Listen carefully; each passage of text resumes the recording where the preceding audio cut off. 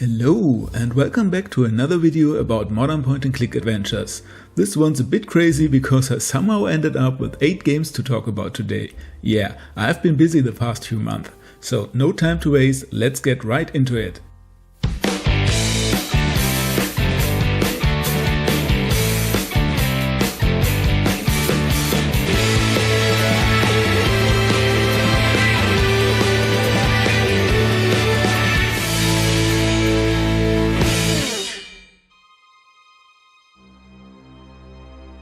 They said there was a treasure on the island. Its location? Known only to the dead. I could see it in my dreams. How was I supposed to know that in order to find it, I'd have to die too? The first game on this list is Foolish Mortals. It's the debut game from Inklingwood Studios and what an entrance to make. The first thing you'll notice are the gorgeous visuals, heavily reminiscent of the Broken Sword games. The detailed hand-painted art creates such a strong atmosphere that it immediately pulls you in, and the amount of small animations for almost every interaction is seriously impressive. The music and voice acting are just as strong as the visuals, and some of the songs got completely stuck in my head. Foolish mortal, do you know what you've done? A house of spirits, but we know of one with evil intentions, and now no preventions to all their evil scheme. So, the presentation is a 10 out of 10, but what about the story and gameplay? I'm happy to report that those are also top-notch. The story hooked me almost immediately with a big central mystery and a really satisfying conclusion. Sure, there are a few minor plot holes and a couple of moments that felt a bit too constructed around specific puzzles, but none of that took away from the overall experience for me. The puzzles strike a really nice balance between fair and challenging, especially because the game gives you a healthy number of locations, characters and items to work with.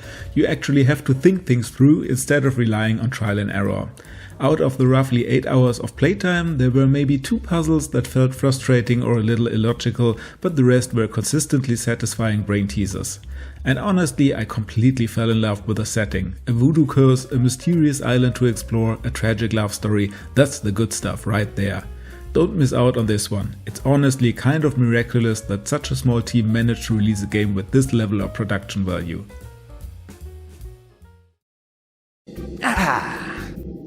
Another wonderful night to be a demon, isn't it, Mr. Buttons? Oh, I agree. Now let's see what's on the agenda of evil tonight. Let's see. Here it is, Wednesday the 7th. Sneak up on the Haymonson's daughter and cut her braid. Check. Now, Foolish Mortals had its fair share of humor, but Darkestville Castle is a straight-up comedy adventure. You play as Sid, an evil demon terrorizing a small town, well, to the best of his abilities. But when your pet piranha Domingo gets abducted, it's finally time to step up your game and become the hero.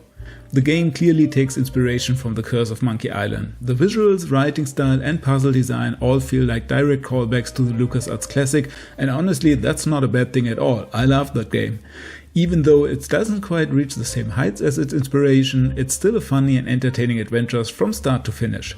Sid is definitely the star of the show here. Having an evil protagonist works perfectly with adventure game logic, where you constantly steal random items and perform dangerous, sometimes completely insane tasks just to solve a puzzle. Because of that, you really have to get into the game's mindset to solve some of the puzzles. Most of them make sense internally, but the logic can get pretty absurd at times. Still, once you understand what the game expects from you, it becomes much easier to think outside the box and connect the dots. So even when it's a bit uneven, I'm going to go with that sentence, it's a fun time to be had. So go ahead and spread some terror around Darkestville Castle. So I'll make a neutron bomb and hide it inside a cheesecake. No. That's really impractical. I don't have enough cheese.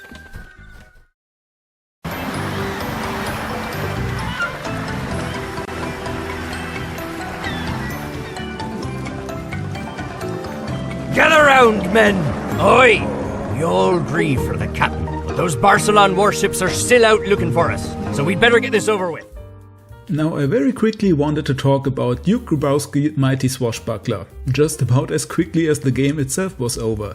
Unfortunately, this one ended up being a big disappointment for me, not because the game is bad, quite the opposite actually. I generally enjoyed my time with it.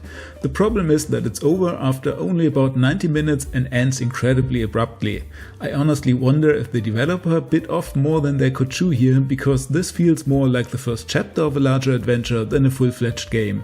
That being said, I picked it up for about $1 during a sale, and if I had known beforehand that the ending would feel this unfinished, I would probably still been okay with it.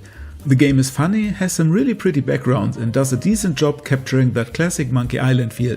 It just left me wanting a lot more.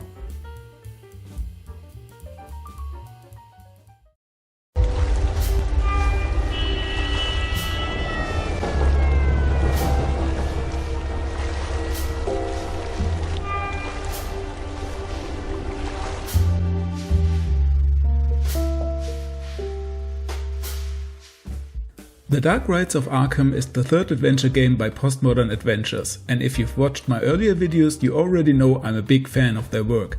So I'm very happy to say that this game takes the best parts of Nightmare Frames and An English Haunting and combines them into one fantastic Lovecraftian experience.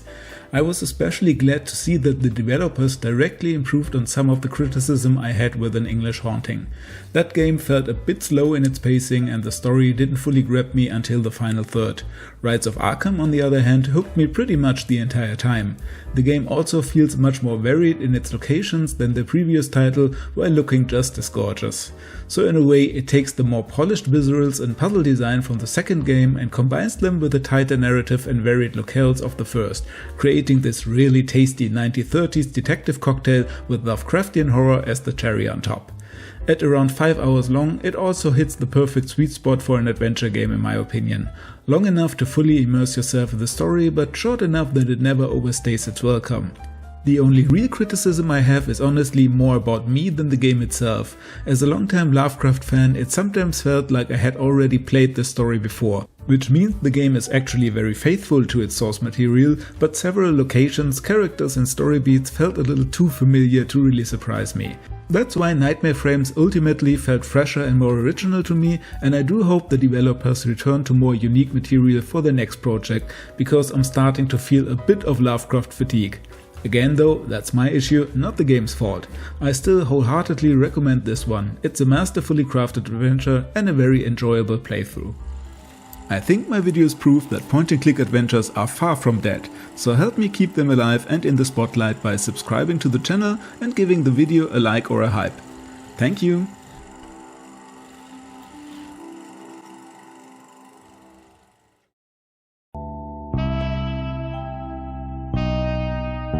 Read all about it, sir! Hurricane Herbert, storm of the century! A storm. That's the least of my worries. Change. Everything's changing. Always changing. What's a Joe supposed to do? You take a new case and that's all you can do to be prepared for whatever it throws your way. The only thing you can know is whatever it's tossed at you won't make any kind of sense butt up against the last thing. I got the next two games in this video as a part of a bundle, Gibbous, a Cthulhu adventure, and Mage. The developer, Stuck in Attic, posted the bundle on Blue Sky and specifically recommended playing Gibbous first. Since I didn't even realize the games were connected in any way, that turned out to be a very good advice. Gibbous released in the distant year of 2019. I actually had it sitting on my wishlist for years, but for some reason I never put the trigger. And honestly, I was a little hesitant going into it. Maybe it was the combination of Lovecraftian horror with this colorful Saturday morning cartoon presentation that initially threw me off. But those doubts disappeared pretty quickly once the story got going. You switch between two protagonists, a noir-style detective and a young librarian. But the real star of the show is Kitty, the librarian's cat, who suddenly starts talking after an occult accident.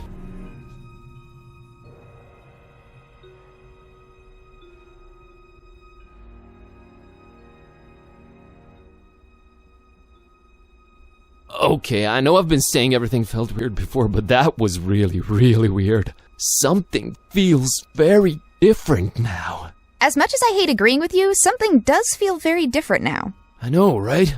Maybe reading that out loud wasn't such a good idea, huh? It sure seems so. Right? I mean, Whoa, wait. Are you actually talking back to me? Took you a while, huh? What begins as a mission to turn her back to normal soon evolves into a mystery involving cults, old gods, and the fate of the world. The visuals and character designs are colorful and vibrant, but still have a slight edge to them, giving the game a light-hearted atmosphere with a slightly unnerving undertone. The humor didn't always land for me personally, but the writing overall was still very enjoyable, especially thanks to the excellent voice acting. The puzzles are mostly standard point-and-click stuff, aside from a magical ability the detective gains later on that lets you get some paranormal insights. That mechanic leads to some generally clever puzzle design. In general though, the game is definitely on the easier side. Most of the time you only have a handful of items, locations and characters to work with, and some puzzle solution felt a little too obvious for my taste. It's not the kind of game that deeply moved me or will stay in my mind for years to come, but it is a very charming and enjoyable adventure, which honestly fits the spirit of a good Saturday morning cartoon pretty perfectly. Biggest problem! They are our biggest problem! And it has never been clearer that with their help, we shall never...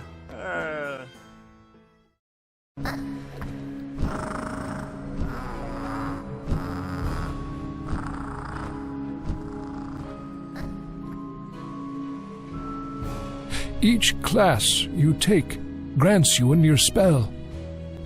Combine 3 near spells and you craft an actual spell. That is about the extent of it. If I may expound upon the concept, Professor. Now, Near Mage is not a sequel to Gibbous in the traditional sense. There are just a few reoccurring characters that hint at a shared universe. Other than that, the game is actually pretty distinct from the Cthulhu adventure. Now let me start by saying just how amazing the world building and overall design of this game are. This has to be one of the most intriguing and creative fantasy worlds ever created for a point-and-click adventure, both conceptually and visually. After a short prologue chapter, you are transported into this breathtaking world full of fantastic creatures, location and magical rules. The game grabbed my attention much quicker than its predecessor. I wanted to learn everything about this world and couldn't wait to begin my mage studies at the Transylvanian Institute for Magic. It's such a bummer that those fantastic first impressions didn't fully hold up though. The game changes up the classic point-and-click formula quite a bit and introduces a lot of new mechanics. Unfortunately, most of them fall flat for me. Now I know this probably won't bother many of you, I'm definitely wearing my game design goggles here, but I just couldn't stop noticing how many of these systems start to fall apart once you look at them closely. And that pains me, because this game could have been so much better in that regard. I genuinely applaud the developers for trying to shake up the genre a bit, but sometimes ambitious ideas simply don't work out. Let me get into some of the issues I had. First of all, the game barely has any real puzzles. After a while you realize it's mostly about finding items and characters rather than figuring out clever ways to use them. As the story progresses, it becomes more and more obvious that the world itself isn't actually very interactive and mostly serves as set dressing, while your quest log slowly turns into a glorified checklist of chores.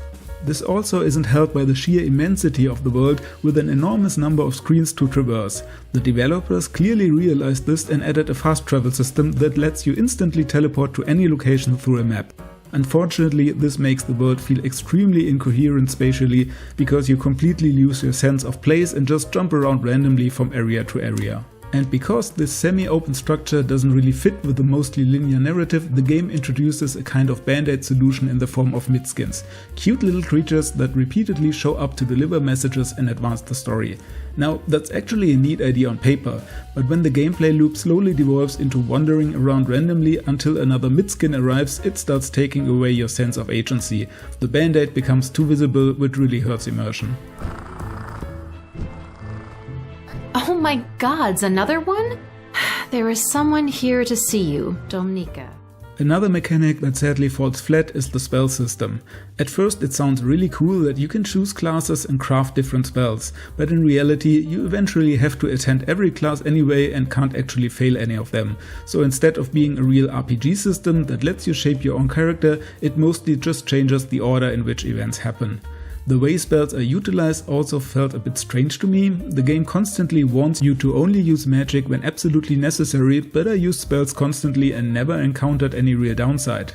Most spells can only be used during specific scripted moments anyway, and many of them don't really change much unless you already picked the correct solution. That being said, there was one occasion where the game genuinely surprised me. At one point it allowed me to straight up kill a relatively friendly character in a gruesome way. The weird part is that this barely had any wide-ranging consequences afterward. It felt extremely strange that our supposed hero, the likable character we are meant to root for, can apparently just get away with murder without much reaction from the world around them. Still, despite all this criticism, I can absolutely feel how much love, ambition and effort went into this project. And honestly, the world alone makes it worth experiencing. I just wish the developers had either committed to more traditional point-and-click structure or gone all the way in and turned this into a full RPG with meaningful choices and actual character building. We say you're not in a coverage area! Yeah, kid. Why? I have 5 bars here. See, cat? You have shown me the bars 3 times already, Jack!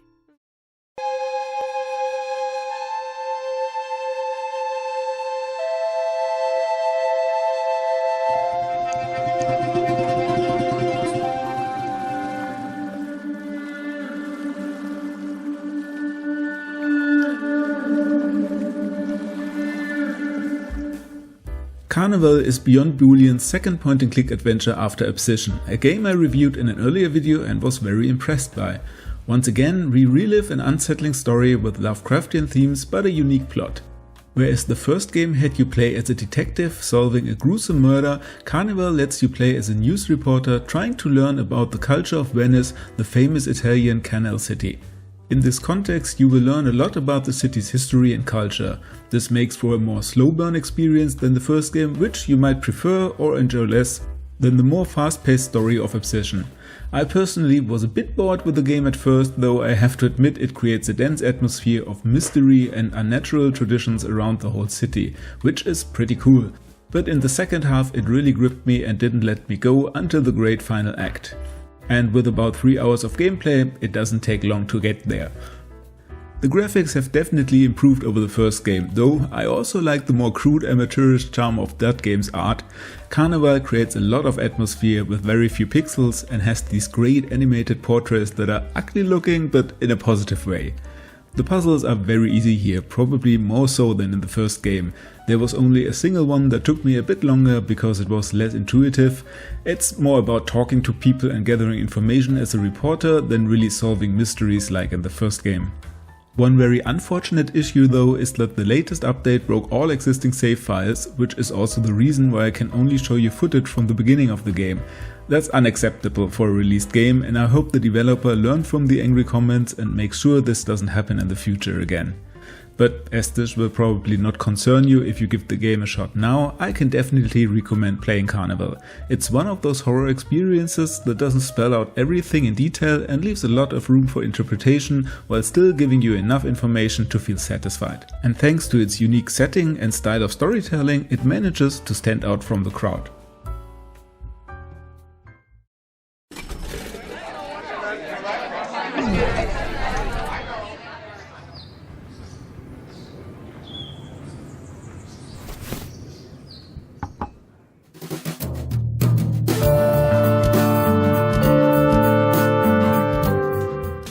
Okay, so this final game will be difficult for me to talk about. It's an extremely emotional experience and I'm afraid I won't be able to do justice to just how much it moved me. So let me get the facts out first before I start talking about my opinions. Perfect Tides Station to Station is a direct sequel to a game simply called Perfect Tides from 2022. Once again, you step into the shoes of Mara, but she has grown up since her teenage years on the island and moved to the city to go to university, following her aspirations of becoming a writer. Mara once again struggles to really find her place and settle in, so you try to help her navigate this new environment with all its opportunities and challenges, and also help her get good grades in her classes. That's where a completely new gameplay mechanic comes in, writing. From time to time you get assignments or other opportunities to show off your work, which will then be graded, so you need to balance your free time against studying books and completing these tasks. Books can be found, borrowed or traded, and they improve your knowledge of certain topics. The same goes for conversations or real-life experiences. You choose what you want to write about, and depending on how well it fits the assignment and how well versed you are in these themes, the result will be better or worse. At first I was a bit skeptical, as I usually am with newly introduced mechanics in the point-and-click genre, but it's so well integrated that it becomes much more than just a gimmick. Let me get this out of the way, gameplay-wise Station to Station is a huge improvement over its predecessor. If you watched my review of the first game, you might remember that I disliked how often you had to randomly wander around to find things that would progress the story and how unintuitive some of the puzzles were. Station to Station takes you much more by the hand in a positive way. There wasn't a single instance where I didn't know what the game expected me to do. And while the puzzles are definitely on the easy side, the main mechanics of this game are the writing and dialogue choices anyway. And that works well because the puzzles don't tend to get in the way like they sometimes did in the first game. The game also features some creative minigames here and there, which are more about immersing you in the situation than being real challenges, and they do a great job of mixing things up throughout the roughly 11 hours of playtime.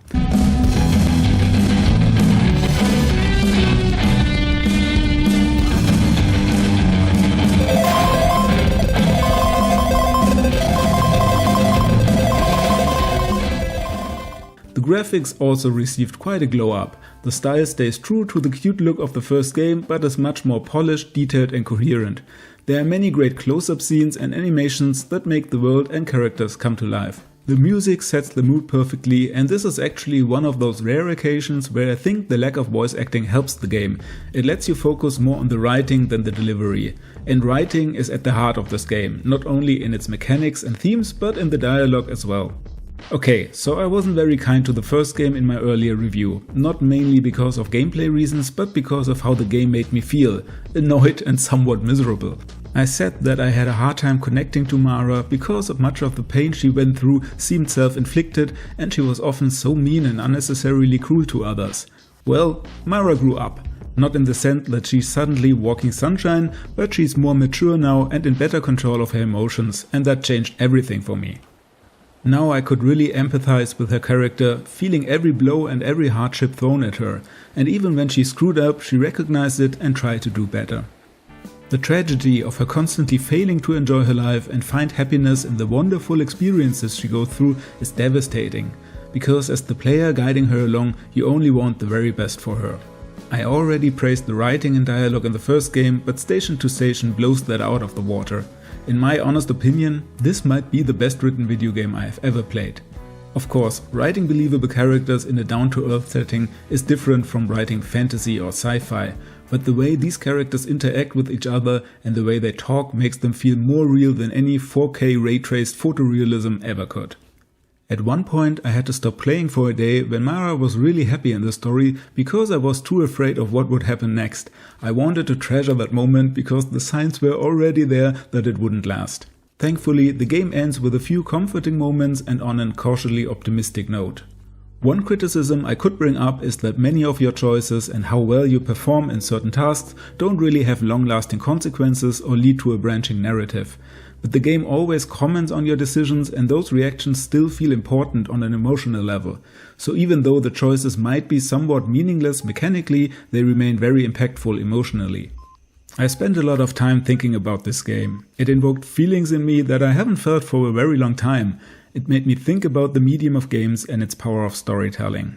And even though a part of me is happy to have put this difficult game behind me, I also wish for more experience in the future that connect this deeply. Maybe just a bit more lighthearted if that's even possible. $20 for a pixel art adventure without voice acting? Perfect Tide Station to Station is an absolute bargain for what you get out of it. And that was it, my reviews on the latest modern point-and-click adventures I have played. I hope you had fun and support the devs. And with that, see ya!